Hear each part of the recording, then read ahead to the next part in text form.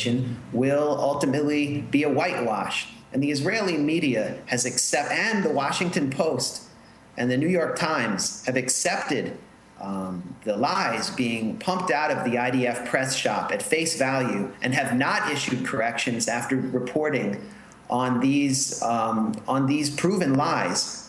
The Washington Post Glenn Kessler reported, and this is almost his exact language, that passengers aboard the Mavi Marmara repeatedly shouted, "Go back to Auschwitz," at the Israeli Navy, and he hasn't corrected himself. In fact, the IDF never even claimed that they repeatedly shouted that.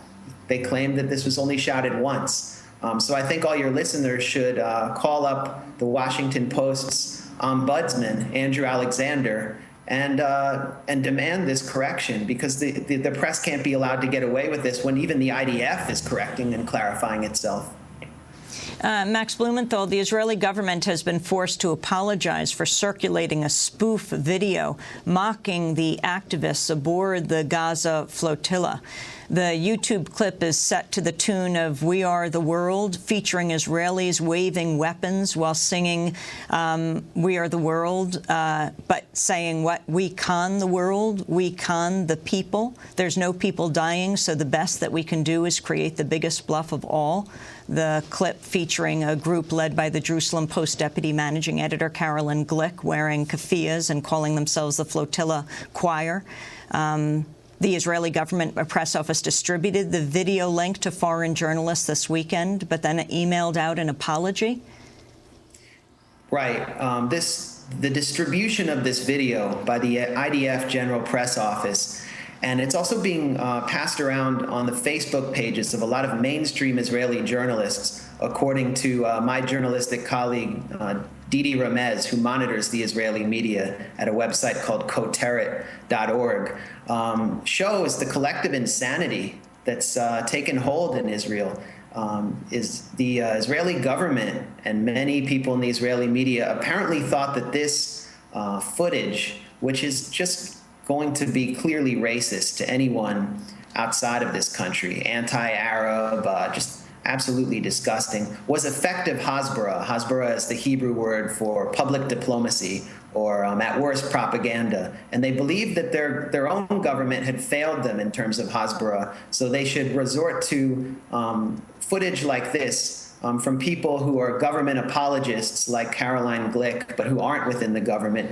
Some of the Israeli journalists I referred to have been distributing Glenn Beck's clips of Glenn Beck mocking the Gaza Flotilla, as if Glenn Beck was somehow a credible source. People here in the media don't seem to understand that Glenn Beck is absolutely not credible and is regarded with scorn by the mainstream press throughout the world. And so this shows not only the catastrophe of public relations, but also the mood that's taken hold here, which is extremely right-wing, and relying on American neocons and American demagogues like Glenn Beck to tell the Israeli side of the story.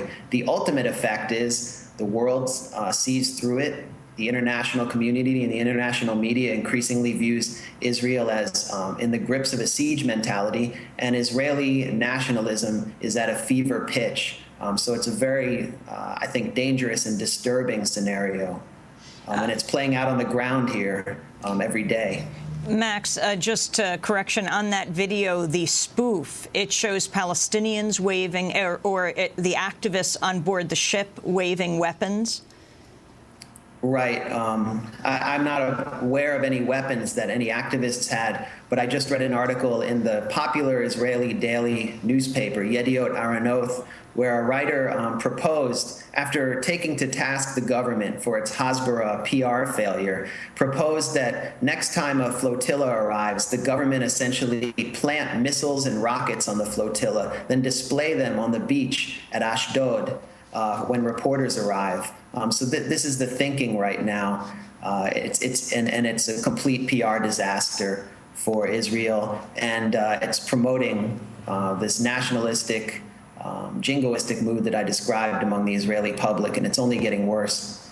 Max Blumenthal, I want to thank you for being with us, a Nash Nation Institute Fellow. His book is Republican Gomorrah, Inside the Movement That Shattered the Party. He's speaking to us from Jaffa, Israel.